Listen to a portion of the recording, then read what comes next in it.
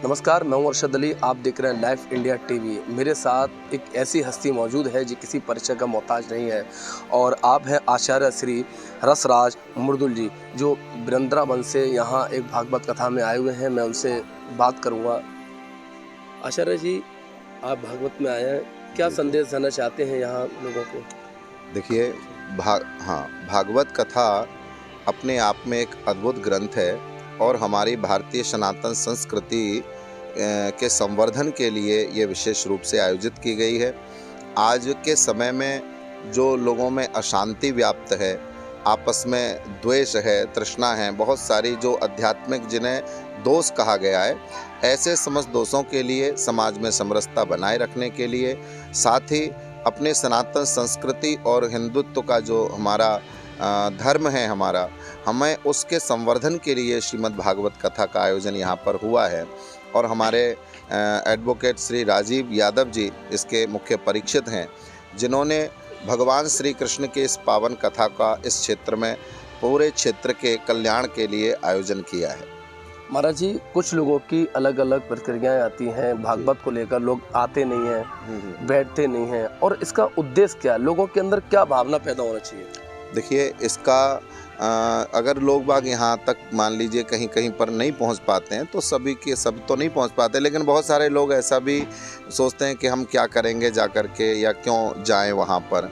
तो देखिए, ये भागवत का जो कथा है, ये कथा एक आध्यात्मिक ज्ञान है जो किसी भी स्कूल से लोगों को नहीं मिल सकता, क्योंकि स्कूल में पेट भरने की शिक्षा तो आज प्राप्त होती है, पर हमारी जो आध्यात्मिक शिक्षा है, जो शिक्षा हमें ये बताती है कि हमें किस प्रकार से समाज में रहना चाहिए, किस प्रकार से व्यवहार करना चाहिए, हमें किस प्रकार से माता पिता या समाज के प्रति हमें किस प्रकार के दायित्वों का निर्वहन करना चाहिए, वो सारी चीज़ें ये भागवत कथा के माध्यम से और लोगों तक पहुंचती हैं। और हमारी सनातन संस्कृति जो है, प्रारंभ से ही पूरे विश्व के लिए प्रेरणादायी रही है, क्योंकि हमारी इस सनातन संस्कृति का हृदय इतना विशाल है कि जहाँ पर संपूर्ण विश्व को ही एक परिवार का रूप दिया गया है।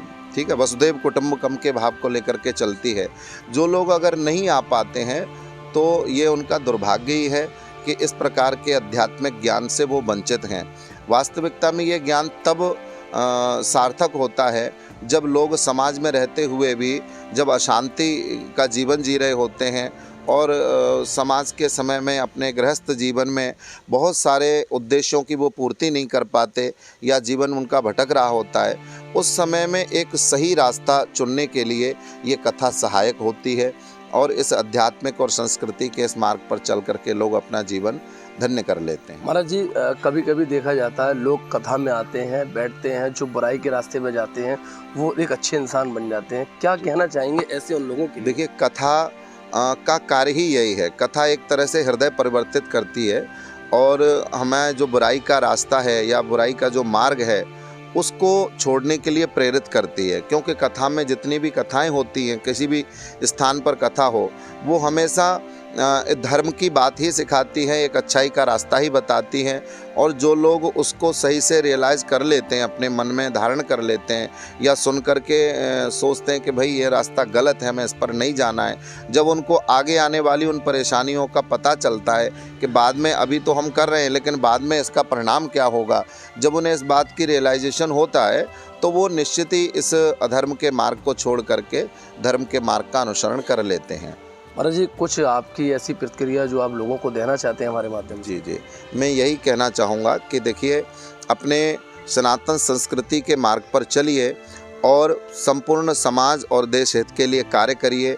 धर्म न दूसर सत्य समाना, सत्य से बढ़कर के कोई दूर धर्म नहीं है। साथ ही वेदव्यास जी महाराज ने समस्त पुराणों के माध्यम से, शास्त्रों के माध्यम से दो ही बातें लोगों को सिखाई हैं, और वो है कि अष्टादश पुराणेषु व्यासस्य वचनद्वयम् परोपकाराय पुण्याय पापाय परपीडनम। इस दुनिया में परोपकार से बढ़कर के कोई पुण्य नहीं है और दूसरे को पीड़ा देने के समान कोई अधर्म नहीं है या पाप नहीं है। तो हमें अपने जीवन में यही कार्य करना है कि परमार्थ के, परोपकार के मार्ग पर चलें, लोगों के लिए, जन के लिए, प्राणी मात्र के लिए, उसके कल्याण के लिए, उसके हित के लिए हमें कार्य करना चाहिए। इससे हमारी सामाजिक उन्नति तो होगी ही, आध्यात्मिक उन्नति भी होगी, साथ में लौकिक और पारलौकिक सुखों की भी प्राप्ति होगी। और इस कथा के माध्यम से मैं यही कहूँगा कि लोग सारे समाज की, प्राणी मात्र की सेवा करें, उनका ख्याल रखें, अपने माता पिता की सेवा करें, जीवों की सेवा करें, इसी में आपका जीवन सफल होगा। मेरे साथ महाराज जी मौजूद थे, उन्होंने तमाम तरीके की बातें हमसे की हैं और भागवत कथा के बारे में जो लोग नहीं जानते थे, शायद ये वीडियो देखकर उनको कुछ महसूस होगा कि यहाँ इतनी दूर से आई महाराज भागवत कथा पढ़ रहे हैं, आप लोग भी ऐसी जगह जाकर भागवत में पार्टिसिपेट करें। लाइफ इंडिया टीवी के लिए अरशद अली, फिरोजाबाद।